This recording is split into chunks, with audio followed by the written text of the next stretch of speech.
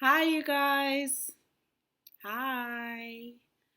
So, I did a video on Monday, and our new unit is Washington, D.C. So, since our new unit is Washington, D.C., I had different assignments for you to do, and I only received three back.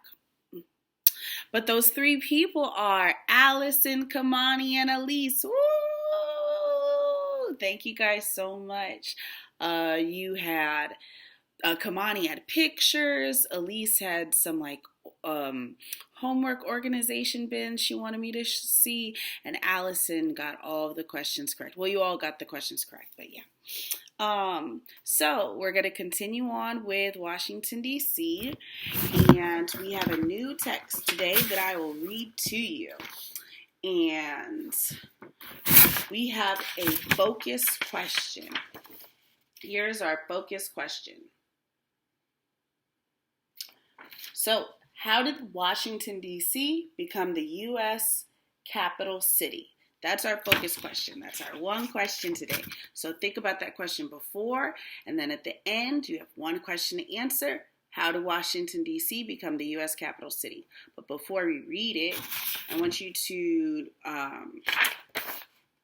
look up these words on Google or look in those dictionaries that you got earlier this year. You have three words to look up the definition of. The first word is compromise. The second word is negotiate or negotiated. That's the word that's in the text. And the third word is debt, but in the text it says debts. It's a silent B. Well, yeah, it's complicated. But you don't say debt, you say debt. Okay, so I'm going to start reading the text, but before I do, look at the focus question again. And let's go. Ready? This is what it looks like. If you got the packet from school either on Tuesday or today, before 2 o'clock, this is in there. All right, this is week 6. Ready? The location of Washington, D.C. was the result of both a political compromise and a military imperative. Philadelphia had been the unofficial nation's capital before the Continental Congress gathered in 1783. At the same time, a large group of soldiers from Lancaster, Pennsylvania, marched to Philadelphia, demanding the pay owing to them for their service in the Revolutionary War. A group of soldiers from Philadelphia joined the Lancaster group, and it was about 400 soldiers who marched to Independence Hall and blocked the doors, intending to deny exit for the Continental Congress until it paid the soldiers their unpaid wages. So before I move on, why were they upset? Well, who was upset? And why? What did they want? Okay, going on. Alexander Hamilton slipped out of the hall to negotiate and convince the soldiers to end their blockade. I'm going to pause here in the middle of a sentence. I know it's crazy. What do you think convince means? It's not one of our vocab words. Just what do you think it means based on the text? I'm going to read the sentence again.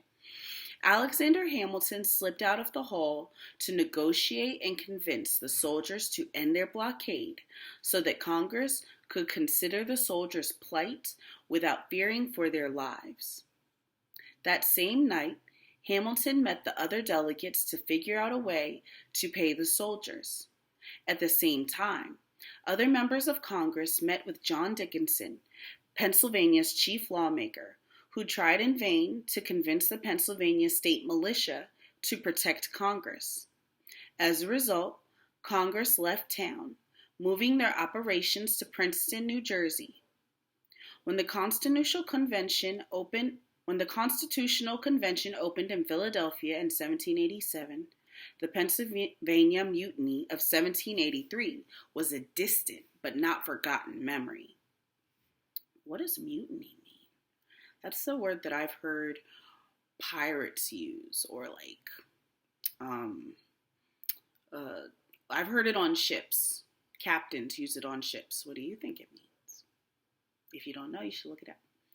The Constitution that resulted from That convention required the creation of a federal district separate from any state. The new Congress, meeting in 1789, proposed 2 locations, both in Pennsylvania, one in Germantown and another near Lancaster. What do you think proposed means?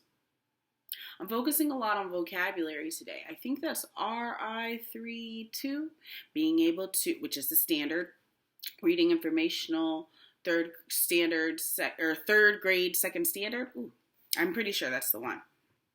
It helps us figure out what words mean within a text. That's why I keep stopping. So what do you think proposed means? The new nation's capital, however, was built on the Potomac River, carved out of land belonging to both Maryland and Virginia, as a result of a compromise between political rivals, Hamilton and Thomas Jefferson. Rivals means that they were fighting, not fist fighting, like they were going against each other. In a private meeting also attended by James Madison, Hamilton, and Jefferson, factored the placement of the District of Columbia into a larger agreement over money. Jefferson pledged Southern states' support for the Assumption Bill, which would allow the federal government to assume debts run up by the states during the Revolutionary War, and Hamilton agreed to support a Southern location for the nation's capital. Pennsylvania delegates didn't want to see the capital leave their state, and Robert Morris won a concession that Philadelphia would be the capital city until the new one was built. My family's from Philadelphia. You guys know anything about Philadelphia? Even though the Constitutional Convention was taking place in Philadelphia, Congress was officially meeting in New York, so New York City was considered the capital city at the time.